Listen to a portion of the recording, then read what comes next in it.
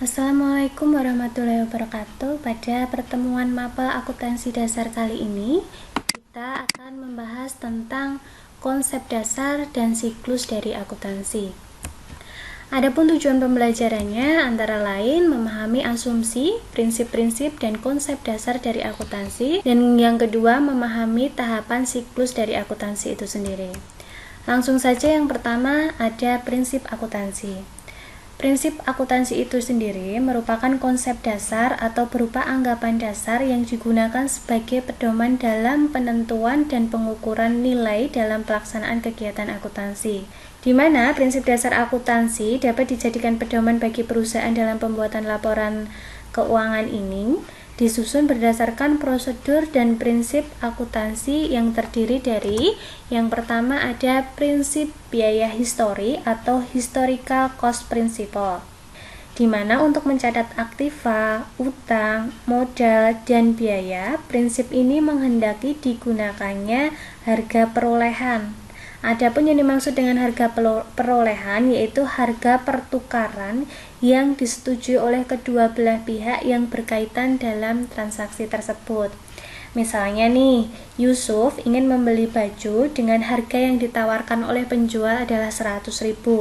Kemudian terjadi proses tawar-menawar antara Yusuf dan penjualnya dan didapatkan harga 75.000, maka harga perolehan yang dicatat nanti adalah 75.000. Kemudian yang kedua ada prinsip pengakuan pendapatan atau revenue recognition principle. Prinsip pengakuan pendapatan ini adalah aliran masuk harta-harta atau aktiva yang timbul dari penyerahan barang atau jasa yang dilakukan oleh suatu unit usaha selama satu periode tertentu. Yang ketiga ada prinsip mempertemukan atau matching principle. Prinsip mempertemukan adalah mempertemukan biaya dengan pendapatan yang timbul karena biaya tersebut. Prinsip ini dapat digunakan untuk menentukan besarnya penghasilan bersih setiap periode. Dalam prinsip mempertemukan ini mengharuskan untuk menghitung besarnya biaya yang dikeluarkan dan berapa besarnya pendapatan yang didapatkannya. Yang keempat ada prinsip konsistensi atau konsistensi principle. Pada dasarnya, prinsip ini digunakan agar laporan keuangan dapat dibandingkan setiap periodenya. Agar laporan keuangan dapat dibandingkan dengan tahun-tahun sebelumnya, maka metode dan prosedur yang digunakan dalam proses akuntansi ini harus diterapkan secara konsisten dari tahun ke tahun. Maksudnya di sini adalah metode yang digunakan atau prosedur yang digunakan untuk membuat laporan keuangan diusahakan sama agar ketika tahun berikutnya ada selisih atau ada masalah apapun, kita bisa langsung menemukan masalahnya itu di mana. Tapi tidak menutup kemungkinan apabila dalam tahun berikutnya menggunakan metode yang berbeda. Yang terakhir ada prinsip pengungkapan penuh atau lengkap atau sering disebut dengan full disclosure principle. Prinsip ini menyajikan informasi yang lengkap dalam laporan keuangan. Maksudnya di sini adalah laporan keuangan itu disampaikan secara penuh, secara lengkap dan secara detail. Biasanya keterangan tambahan atas informasi laporan keuangan dibuat dalam bentuk catatan kaki, di mana catatan kaki dapat digunakan untuk menunjukkan hal-hal sebagai berikut. Yang pertama ada standar akuntansi yang digunakan, kemudian adanya perubahan-perubahan, adanya kemungkinan timbulnya laba atau rugi yang bersyarat, kemudian informasi modal perusahaan, dan kontrak-kontrak dari pembelian. Selanjutnya ada konsep dasar akuntansi. Konsep dasar akuntansi menurut Ikatan Akuntansi Indonesia atau IAI dalam kerangka dasar penyajian pelaporan keuangan, paragraf 22 dan 23 menyatakan bahwa asumsi dasar akuntansi berdasarkan dasar akrual dan kelangsungan usaha atau sering disebut dengan going concern. Nah, berikutnya ada konsep dasar akuntansi secara umum. Dibedakan menjadi yang pertama ada konsep dasar entitas bisnis atau entity theory. Konsep entitas bisnis ini memberikan konsekuensi bahwa laporan keuangan merupakan pertanggungjawaban perusahaan dan bukanlah pertanggungjawaban pemilik. Maka dengan demikian, pendapatan dan biaya dipandang sebagai perubahan dalam kekayaan perusahaan, bukan perubahan dalam kekayaan pemilik. Secara singkatnya, maksudnya adalah aset perusahaan harus dipisahkan dengan aset pribadi. Yang kedua ada konsep pengukuran uang. Konsep pengukuran uang ini mendeskripsikan bahwa uang merupakan alat ukur umum dan yang paling tepat dalam aktivitas ekonomi dan menjadi dasar yang tepat pula untuk pengukuran analisis akuntansi. Maksudnya di sini adalah seluruh informasi utama dalam laporan keuangan itu diukur dengan satuan ukur uang. Karena uang digunakan untuk transaksi pengukuran dari aktiva, kewajiban, dan perubahan-perubahan lainnya.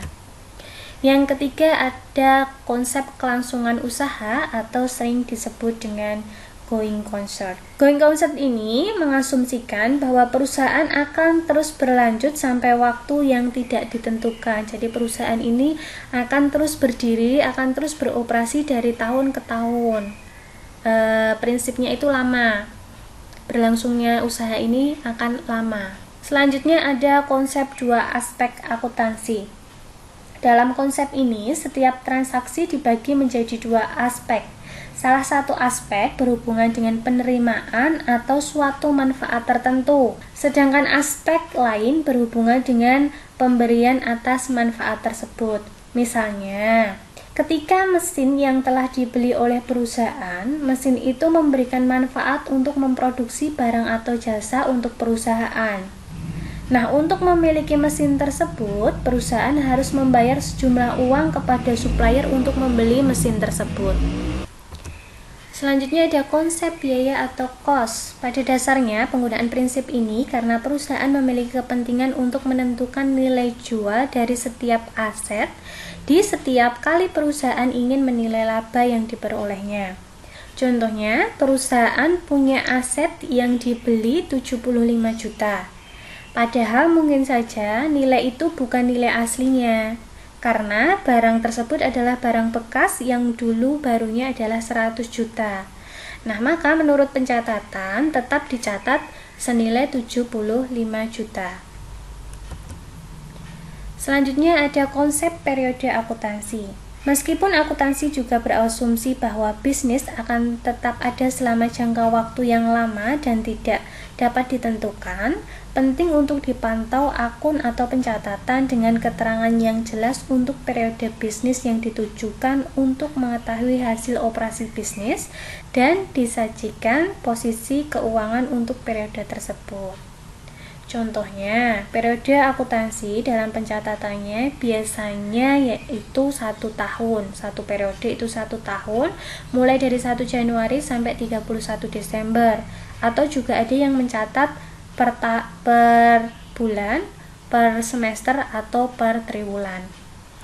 Selanjutnya ada konsep pembanding. Pada prinsip ini, dengan diakuinya beban bukan pada saat pengeluaran kas telah terjadi atau telah dibayarkan, namun diakui ketika suatu produk atau jasa secara aktual memberikan kontribusi terhadap pendapatannya. Contohnya, perusahaan menjual surat obligasi dengan nominal 1 juta rupiah dengan bunga 12% dan dibayarkan 2 kali dalam 1 tahun pada 1 Januari 2020. Maka pada tahun yang sama, tanggal 1 Juli harus sudah membayar bunga 60.000. Ketika dicatat dalam penjurnalan, akunnya nanti adalah beban bunga. Karena selama 6 bulan terhitung penjualan obligasi tersebut sudah menikmati manfaat dari aktivitas tersebut. Yang terakhir ada konsep upah dan hasil. Maksudnya di sini adalah jikalau jumlah rupiah yang diperhitungkan dalam pembelian barang dan jasa digunakan untuk mengukur upah untuk memperoleh hasil, kemudian jumlah rupiah tersebut yang diperhitungkan dalam penjualan barang dan jasa digunakan untuk mengukur hasil yang diperoleh, maka persoalan utama akuntansi adalah membandingkan biaya dan pendapatan periodik sebagai pembacaan alat duga untuk mengetahui pengaruh upaya yang dikorbankan terhadap hasil. Contohnya pada laporan laba rugi, yang dilaporkan itu menggambarkan keadaan yang sebenarnya dalam satu periode tertentu. Selanjutnya ada siklus akuntansi. Siklus akuntansi adalah proses pembuatan laporan keuangan perusahaan untuk suatu periode tertentu. Dengan siklus akuntansi yang dilakukan oleh perusahaan, maka setiap periodenya perusahaan akan mendapatkan informasi mengenai kegiatan yang dilakukan. Nah, adapun gambaran dari siklus akuntansi ini terdiri dari yang pertama ada transaksi-transaksi yang dicatat dan dikumpulkan secara sistematis. Nah, di mana transaksi yang dimaksud di sini adalah memasukkan dalam siklus akuntansi di sini harus disertai dengan bukti transaksi. Jadi transaksi-transaksi yang harus ada buktinya. Nah, apa saja sih bukti-bukti transaksi di perusahaan jasa itu? Nah, tugas kalian di minggu ini adalah mencari dari sumber internet atau sumber buku lainnya, atau membuat bukti transaksi dari perusahaan jasa, kemudian dikasih keterangan itu bukti apa, untuk apa. Seperti itu. Saya lanjutkan. Kemudian setelah ada bukti transaksi, kita mencatat di jurnal umum atau di tahap pencatatan ini. Kemudian setelah selesai jurnal umum, kita memposting buku besar, yaitu menggolongkan akun-akunnya. Kemudian ada penyesuaian. Setelah ada penyesuaian, kita membuat kertas kerja. Nah, kertas kerja ini nanti dihasilkan laporan keuangan. Ada 4 laporan keuangan yang dihasilkan. Ada laporan laba rugi, laporan perubahan modal, kemudian neraca, dan yang terakhir ada laporan arus kas. Kemudian setelah laporan keuangan ada kita membuat jurnal penutup.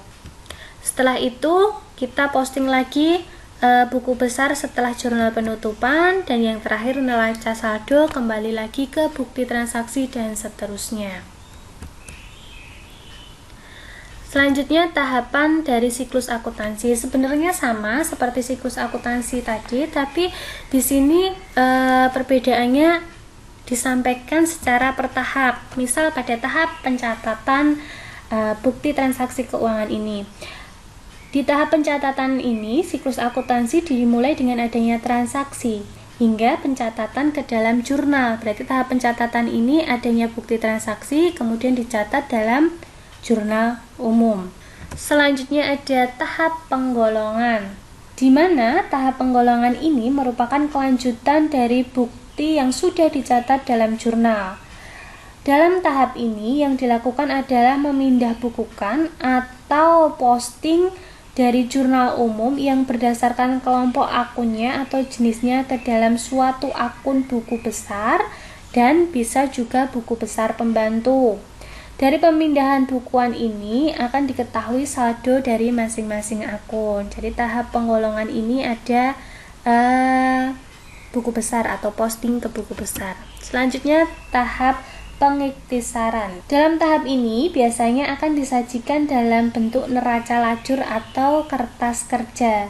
Dalam neraca lajur tersebut, penyusunan neraca saldonya atau trial balance berdasarkan dari sebuah data dari akun-akun buku besar. Setelah itu, dalam tahap ini juga dilakukan penyesuaian, di mana penyesuaian tersebut dilakukan dengan membuat ayat jurnal penyesuaian.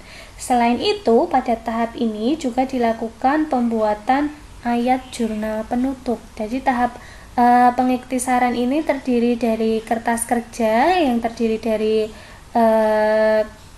jurnal penyesuaian, kemudian ada juga jurnal penutup. Yang terakhir ada tahap pelaporan. Nah, pada siklus akuntansi tujuannya adalah untuk membuat laporan keuangan bagi pemakai informasi akuntansi, di mana tahap pelaporan ini dilakukan dengan membuat laporan keuangan yang terdiri dari 4 tadi: laporan laba rugi, laporan perubahan modal, laporan neraca, dan laporan arus kas. Sekian yang dapat saya sampaikan. Terima kasih. Assalamualaikum warahmatullahi wabarakatuh.